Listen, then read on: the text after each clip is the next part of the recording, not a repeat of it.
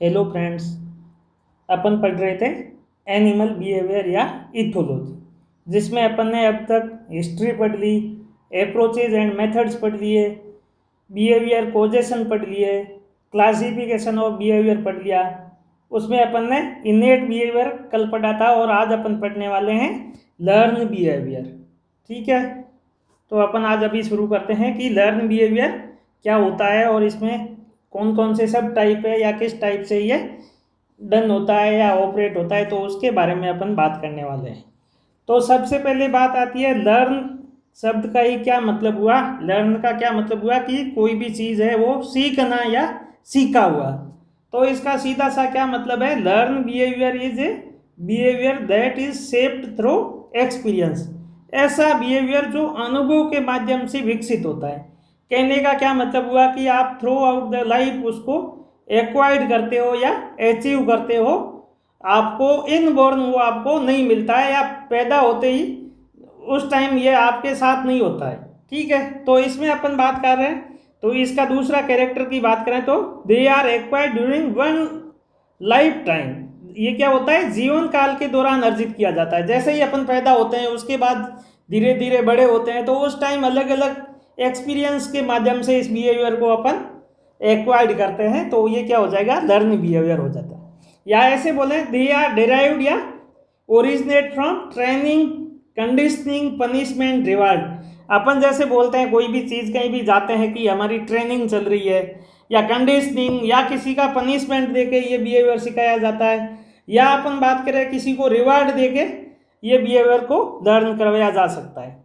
ठीक है, अब अपन बात करें, it is a activity that animal is taught through formal training, observation और एक्सपीरियंस फ्रॉम देयर इन्वायरमेंट। ये ऐसी गतिविधि या ऐसा बिहेवियर है जो किसी ऑर्गेनिज्म या जंतु को अपन उसको ट्रेनिंग देके या ऑब्जर्वेशन के थ्रू या वातावरणीय अनुभवों के माध्यम से सिखाया जाता है, तो वो क्या कहलाता है, लर्न बिहेवियर कहलाता है।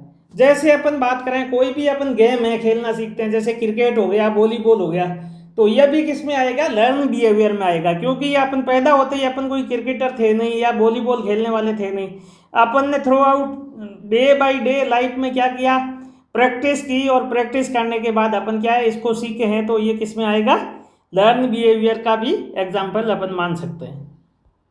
जैसे आप लोगों ने क्या है, पैदा होते ही आपको थोड़ा ही पता था कि आइसक्रीम कैसी होती है, पिज़्ज़ा कैसा होता है, या चॉकलेट कैसी होती है, नमक कैसा होता है।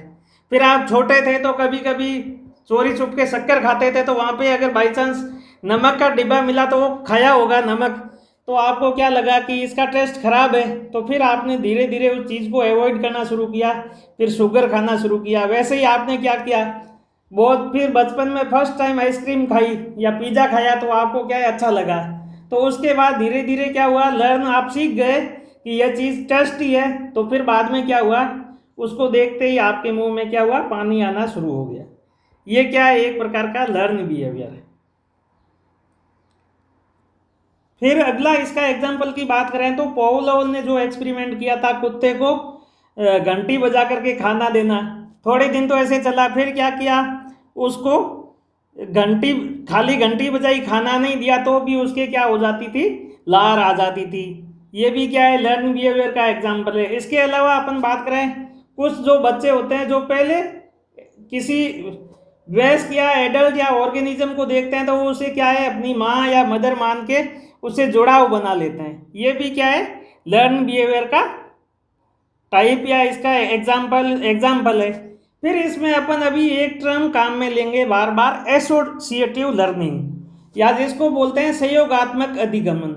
ये क्या होता है, ये एनिमल व्यवहार में वो प्रक्रिया है जिसमें कोई जानवर किसी विशेष उद्दीपन को किसी विशिष्ट परिणाम से जोड़ना सीखता है। क्या होगा, आपको कोई स्पेसिफिक स्टिमुलस मिलेगा, तो क्या होगा, उसके थ्रू उसकी जगह आप उस बिहेवियर के प्रति क्या करोगे, रेस्पॉन्स देना शुरू करोगे, तो ये क्या होगा, एसोसिएटिव लर्निंग में आएगा कि कोई उद्दीपन मिला, उसके प्रति आप क्या करोगे, कोई नया मतलब क्या होगा, उसके परिणाम से जोड़ के आप उसको विकसित करोगे, उसका पैटर्न। जैसे अपन बात करें, और इसकी इम्पोर्टेंस क्या है, तो इसकी सर्वाइवल मैकेनिज्म में इम्पोर्टेंस है। जैसे एक मूलभूत जीवित रहने की प्रणाली है जो जानवरों को पर्यावरणीय संकेतों के साथ जोड़कर भोजन, खतरे या घटनाओं जैसा पूर्व अनुमान लगाने में सक्षम होती है। जैसे कोई पर्टिकुलर स्टिमुलस मिलेगा, उसके प्रति क्या है, स्टिमुलस के प्रति आउटकम बनेगा, या अपन बात करें वो किसी विशिष्ट परिणाम से जोड़ना सीखता है, फिर वैसी की वैसी क्रिया वापस से होगी तो वो क्या करेगा, उससे पता लगा के उसके साथ एडजस्ट होने की कोशिश करेगा। तो ये क्या कहलाता है, एसोसिएटिव लर्निंग है। जैसे इसमें अपन बात करें पावलोव वाले एक्सपेरिमेंट में, तो क्या हुआ था, डॉग को ट्रेंड किया कि घंटी बजेगी तो खाना मिलेगा। धीरे धीरे क्या हुआ, उसको क्या बन गया, उसके अंदर मैकेनिज्म बन गई या विशिष्ट परिणाम मिल गया कि जैसे ही घंटी बजती है, यहाँ घंटी क्या है, उद्दीपन है, जैसे ही घंटी बजती है तो क्या है, फूड मिलता है। फिर इसमें क्या हुआ, ये पैटर्न सेट हो गया। फिर इन्होंने क्या किया, धीरे धीरे खाली स्टिमुलस दिया और फूड नहीं दिया तो भी क्या है, सलाइवा का सीक्रेशन होने लग गया। तो ये क्या है, एक टाइप का लर्न बिहेवियर है। फिर अपन आते हैं कि टाइप्स ऑफ लर्न बिहेवियर। अब लर्न बिहेवियर क्या होते हैं, दो टाइप से होते हैं। पहला कौन सा होता है, फ्लेक्सिबल लर्निंग, और दूसरा कौन सा होता है, रेस्ट्रिक्टेड लर्निंग। ठीक है, फ्लेक्सिबल लर्निंग को क्या बोल सकते हैं, लचीला अधिगम बोल सकते हैं। रेस्ट्रिक्टेड लर्निंग को सीमित या सीमित अधिगम बोल सकते हैं। अब बात आती है फ्लेक्सिबल लर्निंग में। ये क्या है, फ्लेक्सिबल क्या बोलते हैं अपन, चीज कोई ऐसी क्षमता या ऐसी प्रक्रिया जिसमें व्यक्ति परिस्थिति या पर्यावरणीय स्टिमुलस या उत्तेजनाओं का मतलब है स्टिमुलस के अनुसार आसानी से स्वयं को बदल सकता है या क्या कर सकता है, एडजस्ट कर सकता है। तो वो क्या कहलाएगा, फ्लेक्सिबल लर्निंग। इसमें क्या है, इजीली मतलब वो उसकी एबिलिटी या उसके प्रति खुद को एडजस्ट कर सकता है या इन्वायरमेंटल स्टिमुलस के प्रति एडजस्ट हो सकता है या उसके अनुरूप उसको ढाल सकता है खुद को, तो वो क्या कहलाएगा, फ्लेक्सिबल लर्निंग कहलाएगा। अब फ्लेक्सिबल लर्निंग की कैटेगरी की बात करें तो habituation, latent learning, classical conditioning, discrimination और ट्रायल एंड एरर लर्निंग है। यहाँ पे अपन क्या करेंगे, थोड़ा बहुत बेसिक पूरा का पूरा अपन पढ़ेंगे, बेसिक में डेफिनेशन वगैरह। फिर हर एक बिहेवियर, जैसे अपन बात करें हैबिचुएशन क्या है, इसकी इंटेंसिटी क्या होती है, कितने समय में ये क्या होता है, इसका पूरा का पूरा अपन बाद में अलग से मैं वीडियो लाऊंगा, उसमें आपको पूरी डिटेल से इसमें स्टडी करेंगे। अब बात आती है सबसे पहले फ्लेक्सिबल बिहेवियर में हैबिचुएशन। हैबिचुएशन क्या है, आदत पड़ना होता है। तो ये क्या हुआ, habituation is gradual decrease in response to continuous stimulus. मान लो कि आपने क्या है, घोंघा देखा है या स्नेल देखा है, उसके एंटीना के ऊपर आपने क्या किया, हाथ टच किया या कुछ किसी वस्तु से टच किया, तो वो शुरू शुरू में क्या होगा, जल्दी जल्दी क्या करेगा, रेस्पॉन्स देगा। फिर क्या होगा, धीरे धीरे ये रेस्पॉन्स देना कम कर देता है, और एक स्टेज ऐसे आएगी कि आप इसके एंटीना को टच करोगे तो भी इसको कोई फर्क नहीं पड़ेगा। तो ये क्या है, ग्रेजुअल डिक्रीज इन रेस्पॉन्स। बार बार उद्दीपन की वजह से क्या हो जाएगा, इसका ये रेस्पॉन्स देना बंद कर देता है। ये क्या है, हैबिचुएशन कहलाता है। या जैसे अपन बात करें, आप लोग घरों में देखते ही हो, कोई बच्चा है, बच्चे को आपने शुरू में एक दो बार पीटा तो उसने क्या किया, काम जल्दी से कर दिया या कुछ उसने आपकी बात पे ध्यान दिया। फिर आपने क्या किया, उसको रोज रोज पीटने लग गए, तो क्या हो जाएगा, चिकने घड़े की तरह हो जाएगा, 2-3 मार खा के, थप्पड़ खा के वो क्या है, चला जाएगा, उसको कोई फर्क नहीं पड़ेगा। तो ये भी क्या है, एक टाइप का हैबिचुएशन या आदत पड़ना है। और ये किस टाइप का बिहेवियर है, नॉन एसोसिएटिव लर्निंग है। अपन ने पहले अभी बात की एसोसिएटिव लर्निंग क्या होती है, तो ये क्या है, नॉन एसोसिएटिव लर्निंग का पार्ट है। इसमें क्या होगा कि किसी उद्दीपन को बार बार दिया जाता है तो वो प्रतिक्रिया धीरे धीरे कम होना ही है, क्या होगा, कम होना शुरू हो जाएगी। फिर अपन बात करें ऐसा फिनोमिना की बात करें तो ये कोई भी ऑर्गेनिज्म, जैसे अपन बात करें इंसेक्ट से लेके ह्यूमंस, व्हेल, सब में पाया जा सकता है या सब में मिलता है। ठीक है, इसका मतलब क्या हुआ कि धीरे धीरे यह स्टिमुलस के प्रति रेस्पॉन्स देना कम क्यों कर देता है, तो इसका क्या मतलब हुआ कि जानवर है वो अनावश्यक उद्दीपन के पर प्रतिक्रिया न देकर ऊर्जा और समय की बचत करना सीखता है।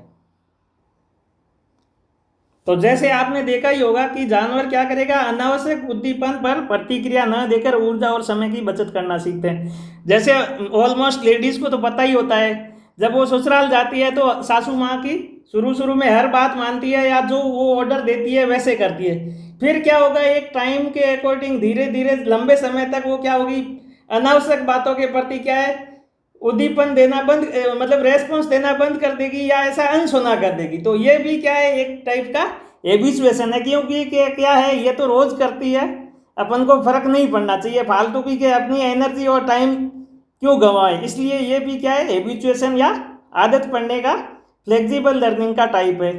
इसमें फिर एक टर्म आती है डिसहैबिचुएशन। डिसहैबिचुएशन में क्या होगा कि एक प्रकार के उद्दीपन के प्रभाव का किसी अन्य प्रकार के नए उद्दीपन द्वारा समाप्त करना। मान लो कि आप क्या हुए, हैबिचुएट हो गए, बच्चे को थप्पड़ मार मार के क्या हुए, हैबिचुएट हो गए, बच्चा हैबिचुएट हो गया, अब कोई रेस्पॉन्स नहीं दे रहा है। फिर आपने क्या किया, उसको जूते से मारना शुरू किया या डंडे से मारना शुरू किया, तो मान लो कि वो क्या है, वापस से कुछ रेस्पॉन्स दे, तो ये क्या हो जाएगा, डिसहैबिचुएशन हो जाएगा।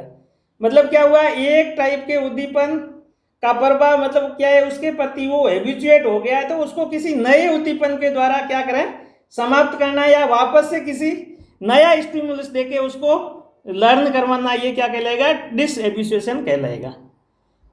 फिर अगला आता है क्लासिकल कंडीशनिंग। क्लासिकल कंडीशनिंग में क्या होते हैं, दो स्टिमुलस रिपीटेडली या पेयर में दिए जाते हैं, या ऐसे बात करें, क्लासिक कंडीशनिंग एक सीखने की प्रक्रिया है, तब होती है जब दो स्टिमुलस बार बार एक साथ जोड़ा जाता है। ठीक है, इसमें अपन बात करें, एक प्रतिक्रिया जो शुरू में दूसरे उद्दीपक द्वारा उत्पन्न होती है और पहले उद्दीपक द्वारा अकेले ही उत्पन्न होने लगती है। पहले तो क्या होगा, दोनों उद्दीपन से वो प्रक्रिया या प्रोसेस शुरू होगा, फिर क्या होगा, सिर्फ और सिर्फ एक स्टिमुलस से ही वो शुरू हो जाती है, तो ये क्या कहलाता है, क्लासिकल कंडीशनिंग कहलाती है। जैसे इसमें अपन बात करें तो ये भी किस टाइप का बिहेवियर है, एसोसिएटिव लर्निंग का बिहेवियर है। ये ध्यान रखना, एसोसिएटिव कौन सा है, नॉन एसोसिएटिव कौन सा है। आपको ऐसे 4 ऑप्शन देके पूछ लिया जा सकता है कि कौन सा एसोसिएटिव है, कौन सा नॉन एसोसिएटिव बिहेवियर है, तो ये आपको अच्छे से ध्यान रखना है। ये कौन सा था, हैबिचुएशन। हैबिचुएशन कौन सा था, हैबिचुएशन नॉन एसोसिएटिव लर्निंग का पार्ट था, और क्लासिकल कैसा था, एसोसिएटिव लर्निंग का पार्ट है। फिर आता है trial and error. Trial error में क्या होगा कि जो कोई भी ऑर्गेनिज्म है, ये क्या करता है, एनिमल्स है, वो बार बार ट्राई करता है ताकि लक्ष्य प्राप्त कर सकते हैं, और धीरे धीरे क्या है, जो उसमें एरर होती है ये घटती जाती है, या क्या होगा, अंत में बिना किसी एरर के वो कार्य करना सीख लेता है। जैसे मान लो आपने स्कूटी या बाइक चलाना सीखा, तो शुरू में क्या होगा, आपसे बाइक नहीं चलेगी, फिर आप थोड़ा बहुत गिरोगे, थोड़ी बहुत चलाओगे, फिर आप थोड़े बहुत ट्रैफिक में चलाना सीखोगे, फिर धीरे धीरे क्या हो जाओगे, आप एकदम परफेक्ट चलानी सीख जाओगे। तो ये क्या है, trial and error learning behaviour, या अपन बात कर रहे हैं लर्न बिहेवियर का एग्जाम्पल है। तो ये भी किस टाइप की लर्निंग हुई, एसोसिएटिव लर्निंग हुई। जैसे इसको और किस नाम से जाना जा सकता है, इंस्ट्रूमेंटल लर्निंग भी कहा जा सकता है, क्योंकि ये क्या होगा, पशुओं में किसी उपकरण के माध्यम से कार्य करने दिया जाता है।